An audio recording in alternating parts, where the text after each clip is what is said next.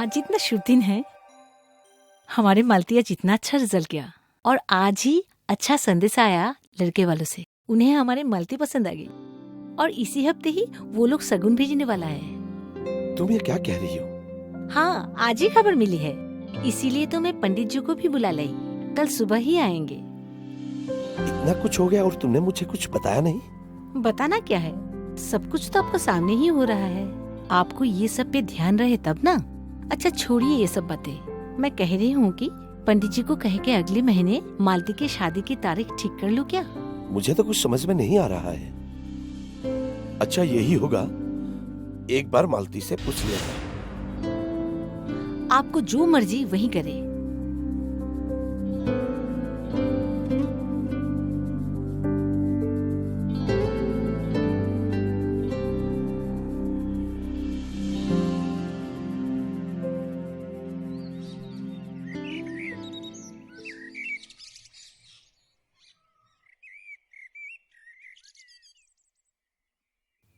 पंडित जी आए? नहीं, वो किसी काम पे दूसरे गांव पे गए, कल तक आ जाएंगे, संदेशा भेजा है। मालती कहाँ है? क्या कर रही है?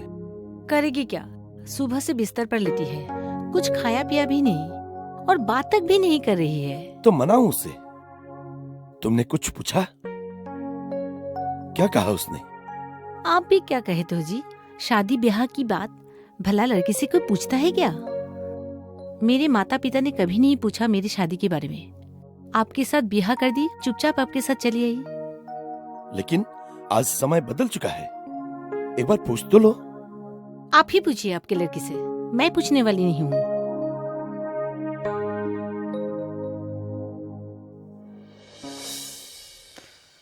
पिताजी, माँ को समझाइए ना। अरे ये क्या समझाएगी मुझे, मैं सब समझती हूँ, मैंने भी दुनिया देखी है।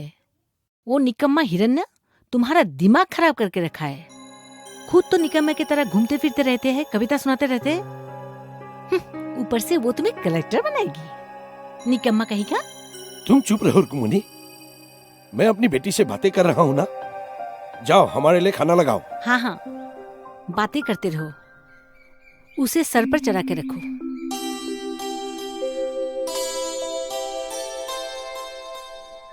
बेटी आओ, बेटी बैठो, चलो खाना खा ले। मुझे भूख नहीं है पिताजी, मैं नहीं खाऊंगी। देखो बेटी, खाने में कभी रुकना नहीं चाहिए। चलो खा लेते हैं बेटा। देखो मैं हूं ना, तुम्हारी दिल की बात कोई समझे या ना समझे, मैं अपनी बेटी की मन की हर एक बात को समझता हूं। चिंता ना करो, तुम्हें गुवाहाटी में पढ़ने जाना है ना, तू जरूर जाएगी और मैं तुम्हारी माँ को मनवा कर ही रहूंगा, ठीक है? माँ, मुझे गुवाहाटी जाने से पहले एक बार हिरण्य से मिलने दो ना। आप उसे गलत समझ रहे हो, वो बहुत अच्छा है और पढ़ाई में भी अव्वल है। हाँ माँ, सिर्फ एक बार मुझे उससे मिलने की इजाजत दे दो। वाह, तुझे शर्म नहीं आती? जवान लड़की होकर मुंह से ऐसी बात निकलती हुई।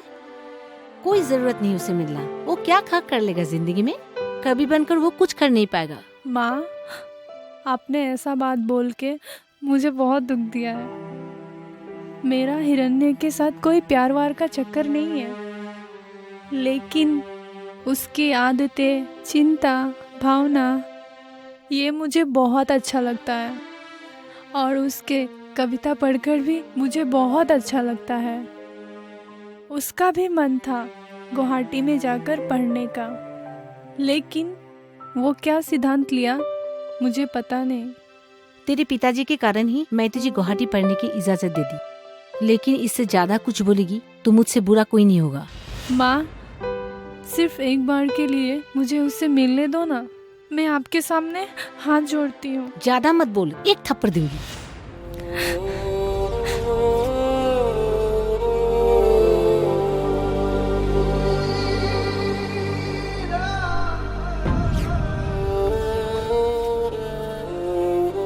फिर भी एक दिन मुझे मालती मिलने आई। तुम्हें फुर्सत मिल गई मुझको मिलने की? बहुत सुकून मिला ना तुम्हें मुझको तरपा तरपा कर? अरे क्या बोल रहे हो? मैंने कोशिश की थी, लेकिन माँ की नाराजगी के कारण ही तुमसे मिलने की हिम्मत नहीं हुई। मुझे माफ कर दो। ना ना, मुझे सब मालूम है। अच्छा छोड़ो ये सब बातें। कब जा रही हो गुवाहाटी? तुम्हें मालूम हुआ है क्या मैं गुवाहाटी जाऊंगी? ये तुम्हें किसने बोला? इतना अच्छा रिजल्ट करने वाली लड़की को पढ़ने का मन तो होगा ही ना, और यहाँ पे तो पढ़ने के लिए कॉलेज भी नहीं है, तो गुवाहाटी ही जाओगी ना? हाँ, आखिर माँ राजी हो गई। मेरी मन की इच्छा पूरी हो गई। अच्छा, तुमने क्या सिद्धांत लिया है अपने बारे में? आगे की पढ़ाई कहाँ करोगे? गुवाहाटी जाओगे क्या? अभी तक सिद्धांत नहीं ले पा रहा हूँ, देखते हैं क्या होता है। लेकिन गुवाहाटी में पढ़ने के लिए मेरा भी बहुत मन था। लेकिन पिताजी ने कहा है गुवाहाटी में पढ़ना इतना आसान नहीं है, बहुत पैसों की ज़रूरत होती है। हाँ, ये बात भी सच है। मामा ने भी मना कर दिया है गुवाहाटी जाने के लिए। मामा की भी आर्थिक हालत इतनी ठीक नहीं है ना। अच्छा, एक बात कहूँ, तुम डिब्रूगढ़ में भी पढ़ाई कर सकते हो। वहाँ पर भी तुम्हारा कोई रिश्तेदार है ना? मतलब तुम मुझे छोड़ के जाने की बात कर रही हो? तुमसे दूर रह के मैं कैसे रह पाऊंगा? तुम्हारी यादें मुझे हर वक्त सताती रहेगी। अब ये सब बातें भूल जाओ। जिंदगी में हमें आगे बढ़ना है, अच्छे से पढ़ना भी है और खुद को एस्टेब्लिश भी करना है। मालती, तुम ये सब? हाँ, मैं बोल रही हूँ, जानबूझकर बोल रही हूँ। हमारे घर में जो हालत बीती है उसे देखकर ही मैं ये सब बोल रही हूँ। माँ कभी स्वीकार नहीं करेगी हमारी आपस की दोस्ती को। वो हमेशा खींचतान करती रहती है मुझे। माँ हमेशा तुम्हारी हैसियत की बात करती हैं। तुम्हारी कविताएं मुझे अच्छी लगती है, माँ को नहीं।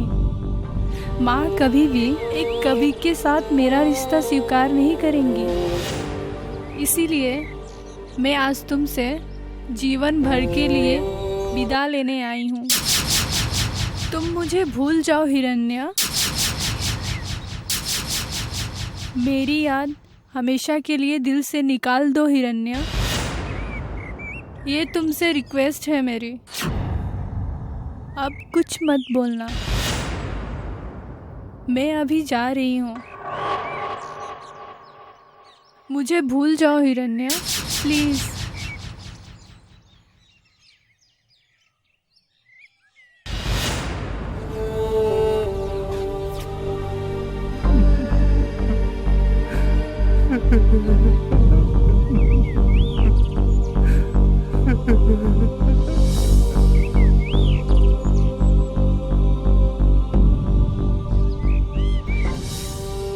इंसानी जिंदगी का एक अहम सच, दिल से दिल का रिश्ता, जज्बात का, एहसास का, चाहत का, या फिर कुछ भी नहीं।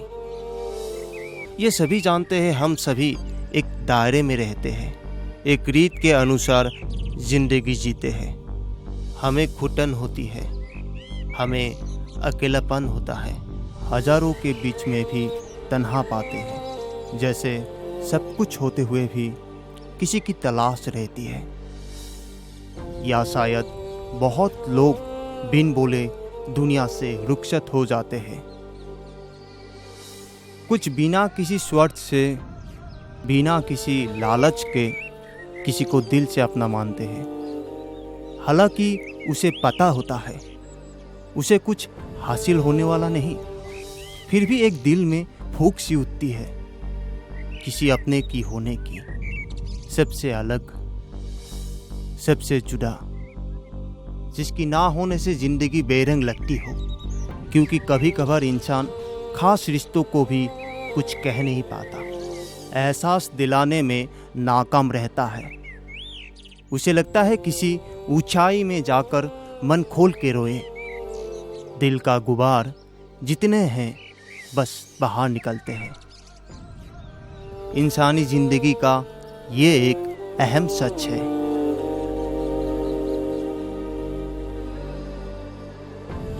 हिरण्य जी, क्या बात है? कुछ नहीं, कुछ नहीं। मुझे कुछ हो सकता है क्या? मुझे कुछ नहीं हो सकता। कोई दुख नहीं होता मुझे, कोई दर्द नहीं होता मुझे, कोई इच्छा भी पैदा नहीं हो सकता मुझ में, क्योंकि मैं तो मनुष्य ही नहीं हूं। वह क्या है? क्या आप मुझसे अपनी बातें शेयर नहीं करेंगे? कुछ हो तो शेयर करूं ना। क्या है मेरे पास? आप नहीं जानते हिरण्य जी, आपके पास क्या है। मैं जानती हूँ। इन्हीं कुछ महीनों में आपने मुझे क्या दे दिया है। वो विश्वास जो आपके लिए मेरे दिल में है, और वो आत्मविश्वास जो आपने मेरे भीतर जगाया है। लेकिन अब वो विश्वास के धागे सब उलझ चुके हैं, जो कभी सुलझ नहीं सकते। तुम्हें देने के लिए अब मेरे पास कुछ नहीं बचा है, कुछ नहीं। मैं रिक्त हो चुका हूं, रिक्त। तुम यहां से चली जाओ संध्या, चली जाओ, मुझे अकेला छोड़ दो। हिरण्य जी, संभालिए अपने आप को।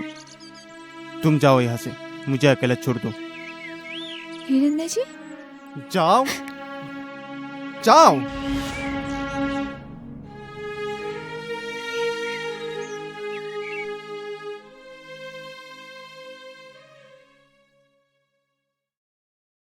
हो गया बेटी? अरे जल्दी करो, बस का समय हो रहा है।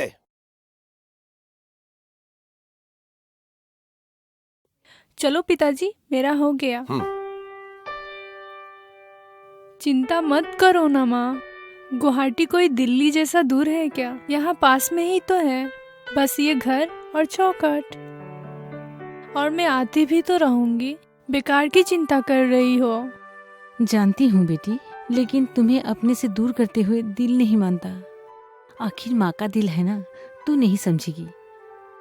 आहा रुक्मी, तुम भी ना। देखो बेटी, मैं तो आता जाता रहूंगा ही, इसमें चिंता करने की क्या बात है? अच्छा माँ, अब ये बताओ, मुझे जो ससुराल भेजने की बात करते हो, सो अगर मैं ससुराल चली गई तो ये आपका दिल क्या बोलेगा?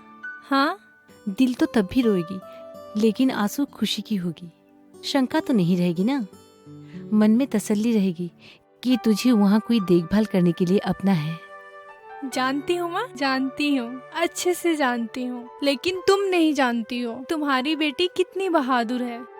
पिताजी ने हमेशा बहादुरी से रहना सिखाया है मुझे। तुम चिंता मत करो माँ, कोई परेशानी नहीं होगी मुझे। और तुम भी तो कितनी बहादुर हो ना, मैं भी तो तुम्हारी ही बेटी हूँ। बस अब कोई चिंता नहीं। चलो पिताजी, अब हम चलते हैं। हाँ चलो बेटी, चलो। ये ले बेटी।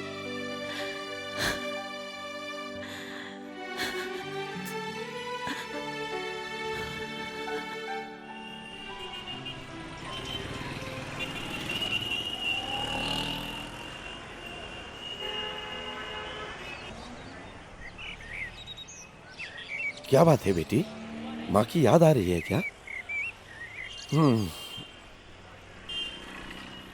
जानती हो बेटी, जब मुझे पहली बार मास्टरी की नौकरी मिली थी, तब पहली बार मुझे गुवाहाटी आना हुआ था। आज से करीब 30 साल पहले की बात है। तब तेरी माँ भी नहीं आई थी, और तेरी दादी जी तेरी माँ से भी कड़क, लेकिन वो मुझे अपनी जान से भी ज्यादा प्यार करती थी। उसी समय तुम्हारे दादाजी भी गुजर गए। तब घर संभालने के लिए मैं ही अकेला पुरुष था। इसीलिए जब दादी ने सुना कि मैं गुवाहाटी आने वाला हूं, वो घबरा गई।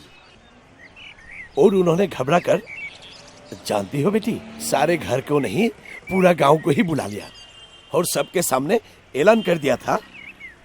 क्या ऐलान किया था तुम जानती हो?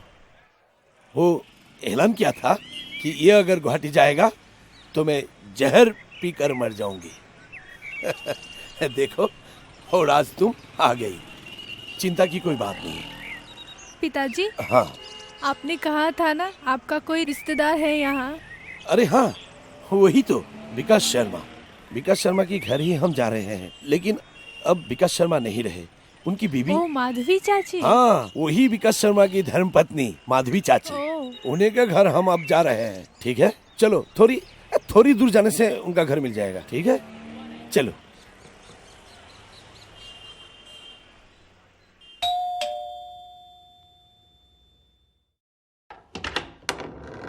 अरे प्रांजल जी, नमस्ते। नमस्ते भाभी जी। आइए,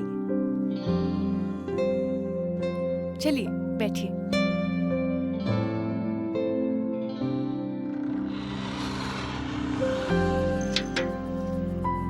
अरे आप लोग खड़े क्यों हैं? बैठिए, बैठो। तो प्रांजल जी, आप तो बड़े दिनों के बाद आए। हाँ। और रास्ते में कोई तकलीफ तो नहीं हुई? नहीं भाभी जी, कोई तकलीफ नहीं। भाभी जी, ये मेरी बेटी मालती। अरे बस बस, जीती रहो। भाभी जी कैसी है? बिल्कुल ठीक है। भाभी जी, मेरी बेटी मालती इस बार 12वीं कक्षा अच्छी तरह से पास की है और इसकी मन की बात यह है कि वो गुवाहाटी में एडमिशन लेगी और इसीलिए हम लोग गुवाहाटी में आए हैं। ये तो बहुत ही अच्छी खबर है। आप लोग हाथ मुंह धो लीजिए, मैं नाश्ते की तैयारी करती नहीं हूँ। भाभी जी, नाश्ते की कोई जरूरत नहीं है, क्योंकि आज ही एडमिशन है। हम लोग फ्रेश होते ही एडमिशन के लिए चले जाएंगे। ठीक है? चलिए ठीक है, चाय तो पी सकते हैं। अच्छा, ठीक है। अरे यार, ऐसे मायूस होने से कैसे चलेगा? तुम एक मर्द हो, ऐसी हालत हर किसी के जिंदगी में आ सकती है, लेकिन तू जाना एक नाम मर्द का काम होता है। हाँ, तुम्हारा प्यार तुमसे बिछड़ के चली गई, लेकिन तुम्हारे पास कविता है। कविता की हर पंक्तियां तुम्हारे पास है, उसके साथ बिताए हुए हर लम्हा तुम्हारे पास है। ये जिंदगी भावनाओं का मैदान है, जहां तुम चाहो इस भावना को कैद कर सकते हो। अपनी कविता के द्वारा बुझाए हुए यादों को खुशहाल बना सकते हो।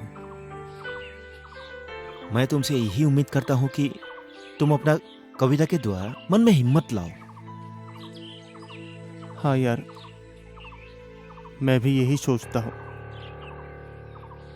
लेकिन उसकी आखिरी बार मिलकर मुझसे कही हुई बातों से मेरी उम्मीद टूट चुकी है। उसने मुझसे रिश्ता खत्म करने की बात कही, मेरे दिल के एहसास को भुलाने की बात कही है। वही बातें उसकी मुझे टूट कर रख दिया है।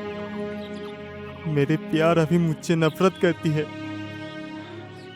इसलिए मैं मायूसी की राह पर गुम हो चुका हूँ। थे जिंदगी में प्यार उसके साथ हमेशा के लिए रहता है जिसके पास तकदीर होती है। हम लोग सिर्फ आशा कर सकते हैं, उम्मीद रख सकते हैं, लेकिन शायद भगवान कुछ अलग चाहते हैं। वो सब छोड़ो, तुम अपने पढ़ाई के बारे में क्या सोच रहे हो? कहाँ पढ़ोगे आप? यही सोच के तो मैं भी परेशान हूँ। शायद मैं डिब्रूगढ़ चला जाऊँगा, वहाँ पे मामा के घर में रहकर पढ़ाई करूँगा। यहाँ के हर एक यादें भूलने की यही एक रास्ता बचा है। हाँ, तुमने ठीक ही कहा। ये बीती जिंदगी की यादें साथ ले जाकर कोई फायदा नहीं है। गम देगा, दर्द देगा। ये गम दर्द तुम्हारी जिंदगी की राह को खत्म कर देगा। इससे बेहतर है ये सब भूल जाकर तुम वहाँ चले जाओ। हाँ, तुमने ठीक ही कहा है। अच्छा, इतना दिन मैंने उस लड़की का नाम ही नहीं पूछा। क्या नाम है उसका? मालती, प्रांजल मास्टर की बेटी। मतलब कनकलता हाई स्कूल के हेड मास्टर प्रांजल बोरा की बेटी? हाँ।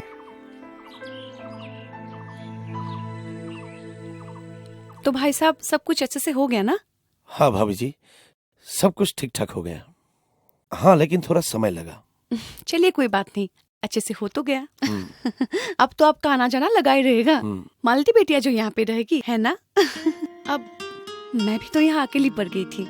इसके आने से एक सहारा मिल गया, एक दोस्त मिलेगा और मेरा अकेलापन बिल्कुल दूर हो जाएगा। भाभी जी, ये सब तो इसके वजह से हुआ है। अच्छा, तो उसे हमें धन्यवाद बोलना चाहिए। हाँ, क्यों नहीं। मेरा तो एक चिंता दूर हो गया, लेकिन एक और चिंता है। अगर उसे हॉस्टल मिल जाए तो मैं शांति से गांव जा सकूंगा। वहां रुक्मिणी अकेली दुखी हो रही होगी। भाई साहब, क्या बात कर रहे हैं? आपने तो हमें एक पल में अपनाया, दूसरे पल में पराया कर दिया। आपने सोचा भी कैसे कि मालती बेटिया हॉस्टल में रहेगी? अरे मेरा घर है, मैं हूँ, मैं इसकी देखभाल करूंगी। ये मेरी बेटी जैसी तो है ना। आप चिंता क्यों कर रहे हैं? ये कोई हॉस्टल वोस्टल में नहीं रहेगी, ये मेरे साथ मेरे घर में रहेगी बस। भाभी जी,